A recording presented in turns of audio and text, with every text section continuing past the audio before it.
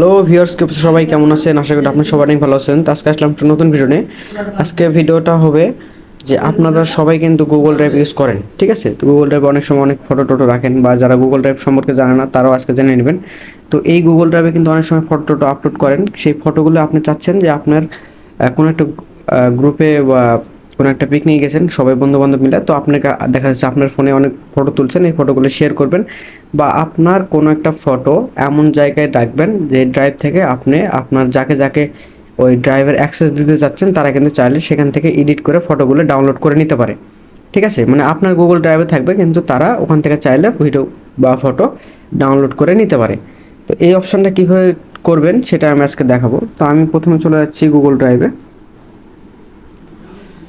তো গুগল ড্রাইভে আসার আগে আপনি অবশ্যই আপনার জিমেল দ্বারা এখানে লগ ইন করে নেবেন, ঠিক আছে? তো লগ ইন করার পরে দেখেন আমার কিন্তু অলরেডি এখানে একটা ফোল্ডার ফটো নামের আর নিচে একটা ফটো আছে, ঠিক আছে?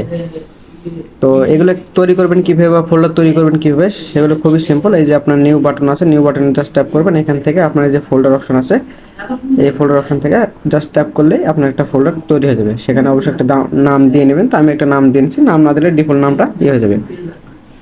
তো এটা আমি চাচ্ছি না, সেটা মুভ করে দিলাম, সরি, এটা আমি ডিলিট করে দিচ্ছি,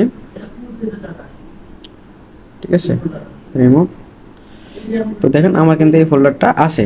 তো এই ফোল্ডারের মধ্যে মনে করেন যে অনেকগুলো ফটো আছে, সাপোজ এই একটা ফটোই আমার কাছে আছে। তো এই ফটোটা বা এই ফোল্ডারটা সহ আমি কিভাবে অন্য কাউকে অ্যাক্সেস দেব বা অন্য কাউকে শেয়ার করব সেটা দেখাচ্ছি। তো তার জন্য কি করবেন, এই যে এই থ্রি ডট বাটনটা আছে, থ্রি ডটে ক্লিক করব।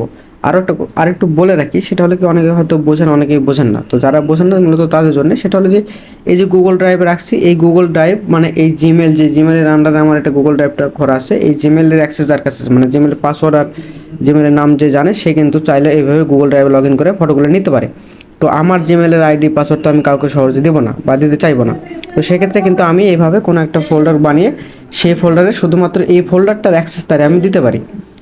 তো চলুন অনেক আর কথা না বলি, তো সিম্পলি এই যে থ্রি ডট অপশন আছে, থ্রি ডটে ক্লিক করতেছি। তো থ্রি ডটে আপনারা ক্লিক করবেন। ক্লিক করার পরে এই যে দেখতে পাচ্ছেন এখানে শেয়ার অপশন আছে, জাস্ট এই শেয়ার অপশনে ক্লিক করবেন। তো শেয়ার অপশনে ক্লিক করার পরে আপনাদের সামনে এই ধরনের ইন্টারফেস আসবে। তো এখান থেকে আপনারা দেখেন অ্যাড পিপুল অর গ্রুপস। তো আপনি যে পিপুলকে অ্যাড করতে চাচ্ছেন তার জিমেল অ্যাকাউন্ট এখান থেকে দিয়ে নেবেন। তো সাপোজ আমি ইমেল আইডিটা দিয়ে দিচ্ছি, gmail.com, ঠিক আছে? তো আপনি যেই ইমেলটা, আপনার বন্ধুর যে ইমেল আছে বা যাকে আপনি শেয়ার করতে চাচ্ছেন তার ইমেল অ্যাড্রেসটা এখানে দিয়ে আপনি দিয়ে দিবেন।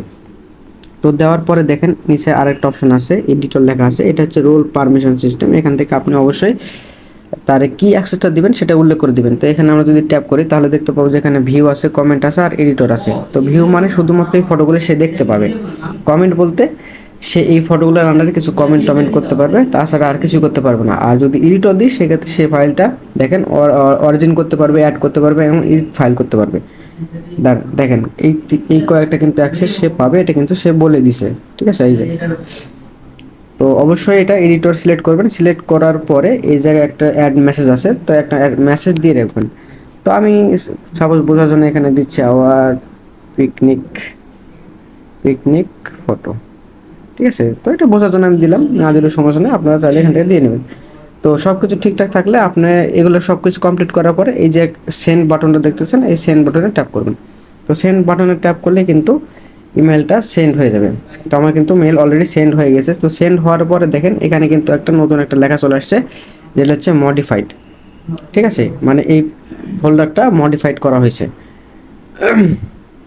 তো এটা কখন কয়টা সেটাও কিন্তু দেখাচ্ছে, এটা হচ্ছে 1:12 AM, ঠিক আছে? রাইট টাইমটাও দেখাচ্ছে কিন্তু। তো এখন যদি আমি ওই জিমেলে যাই, ঠিক আছে, তাহলে আমি এই লিঙ্কটা পাবো এবং ওই লিঙ্ক থেকে আমি আপনাদের দেখাচ্ছি। তো আমি ওই জিমেলটাতে চলে যাচ্ছি। তো দেখুন আমার কাছে কিন্তু ওই ইমেলটা চলে আসছে, ঠিক আছে? তো ইমেলের যে ফটো আমরা নাম দিয়েছিলাম সেই ফটোর নাম আর হচ্ছে এই যে নামটা কিন্তু এখানে দেখাচ্ছে, আর এই যে ফোল্ডারে যে ইয়েটা সেটাও কিন্তু দেখাচ্ছে, ঠিক আছে? তো এখন আমি সিম্পলি যদি এই যে নিচে ওপেন বাটনটা আছে, ওপেন বাটন ট্যাপ করে যদি এটা ওপেন করি তাহলে কিন্তু দেখতে পাবেন যে ফটোগুলো এখান থেকে আমি দেখতে পাবো, ঠিক আছে? এই যে দেখেন রিডাইরেক্ট করে কিন্তু আমাকে একবার ফটো নিয়ে চলে আসছে, ঠিক আছে? এই ফটোই কিন্তু ছিল এখানে। চাইলে কিন্তু আমি এখানে ট্যাপ করে এটা ডাউনলোড করে নিতে পারি, ঠিক আছে, দেখেন কত ইজি। তো চাইলে কিন্তু আপনারা এইভাবে যে কোনো ফাইল, যে কোনো ফোল্ডার, যে কোনো কিছুই আপনারা এইভাবে শেয়ার করতে পারেন। ঠিক আছে, শুধুমাত্র ওই ফোল্ডারটারও আমি অ্যাক্সেস পাবো, নিচে যদি আরও একাধিক কোনো ফোল্ডার থেকে থাকে ওগুলোর কিন্তু আমি অ্যাক্সেস পাবো না। তো এই ছিল ভিডিওটি কেমন লাগলো অবশ্যই কমেন্টে জানাবেন। আর ভিডিওটি যদি আপনার হেল্পফুল মনে হয় বা ভালো লেগে থাকে অবশ্যই একটি লাইক করে চ্যানেলটি সাবস্ক্রাইব করে দেবেন। আর যদি আমার ফেসবুক পেজ থেকে দেখে থাকেন অবশ্যই পেজটি ফলো করে রাখবেন, কারণ এই ধরনের ইনফরমেশন রিলেটেড ভিডিও আমি প্রতিনিয়ত আপলোড করি।